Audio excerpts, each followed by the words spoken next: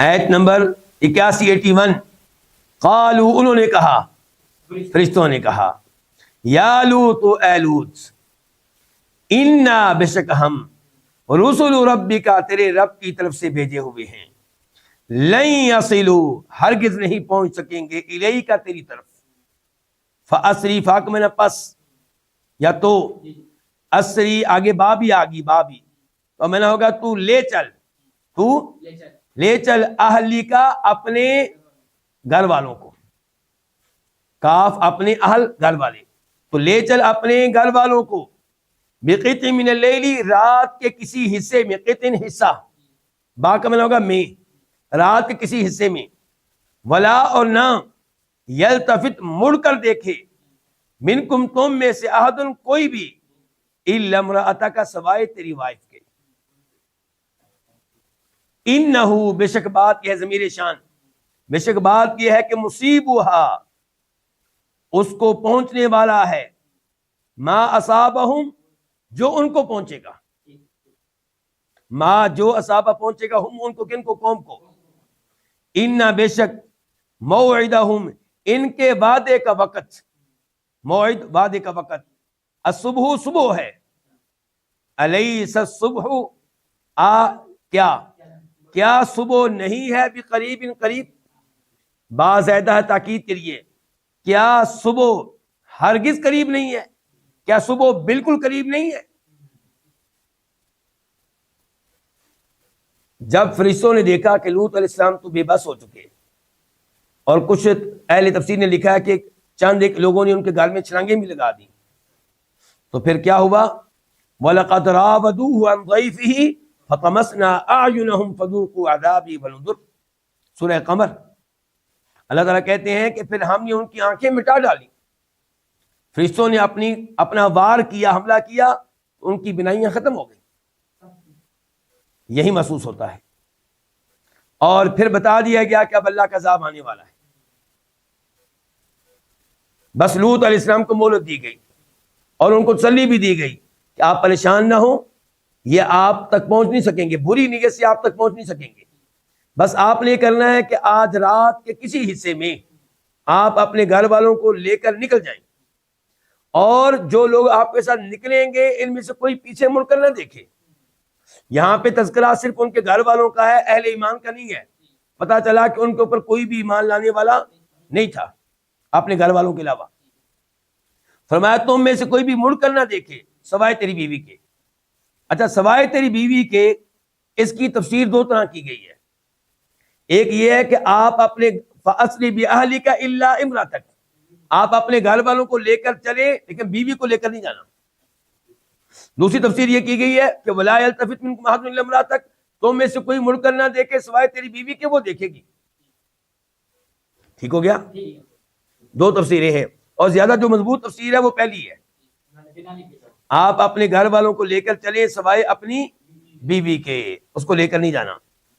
اچھا، اس کے بعد کیا، اور سورہ تحریم میں ہم نے پڑھا ہوا ہے یا پڑھ لیں گے کہ ان کی بیوی مسلمان نہیں تھی۔ انہو مصیبہا ما اصابہم، اس کے اوپر وہی عذاب آئے گا جو عذاب قوم پہ آنے والا ہے۔ ان موعدہم الصبح، یہاں پہ علماء تفسیر نے لکھا ہے کہ لوط علیہ السلام اپنی قوم پہ اتنے ناراض تھے، تو انہوں نے کہا کہ عذاب فوراً نہیں آئے گا، کب آئے گا عذاب؟ انہوں نے بتایا صبح، انہوں نے کہا صبح مطلب اتنا لیٹ؟ تو فرشتوں نے تسلی دی کہ صبح تو قریب ہی ہے۔ اس سے آپ اندازہ لگا سکتے ہیں کہ لوط علیہ السلام کس قدر بے بس ہو چکے تھے اور کس قدر اپنی قوم پہ ناراض تھے۔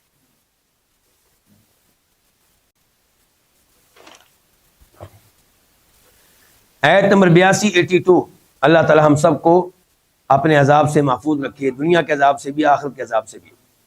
فلما، پس جب، جا آیا، امرنا ہمارا حکم، جعلنا ہم نے کر دیا، عالیہا اس کے اوپر کے حصے کو، سافلہا ہم نے بنا دیا اس کے اوپر کے حصے کو، سافلہ اس کا نچلا حصہ، وامطرنا اور ہم نے برسائی، علیہا اس پہ، حجارتن پتھر، من سجیل کھنگر کے، کس کے؟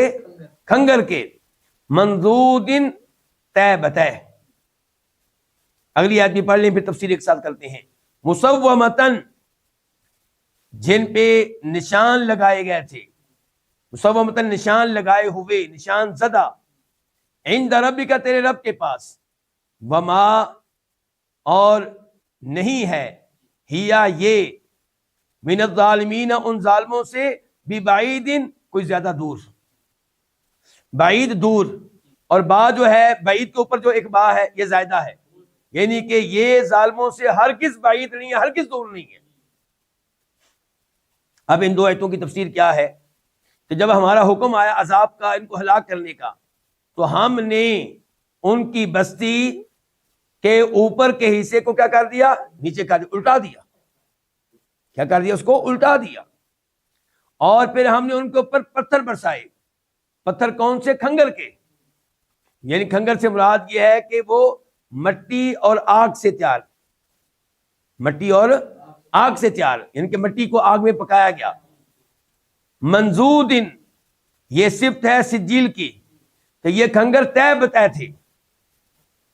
اور ایک تفسیر یہ کہ یکے بعد دیگرے آ رہے تھے.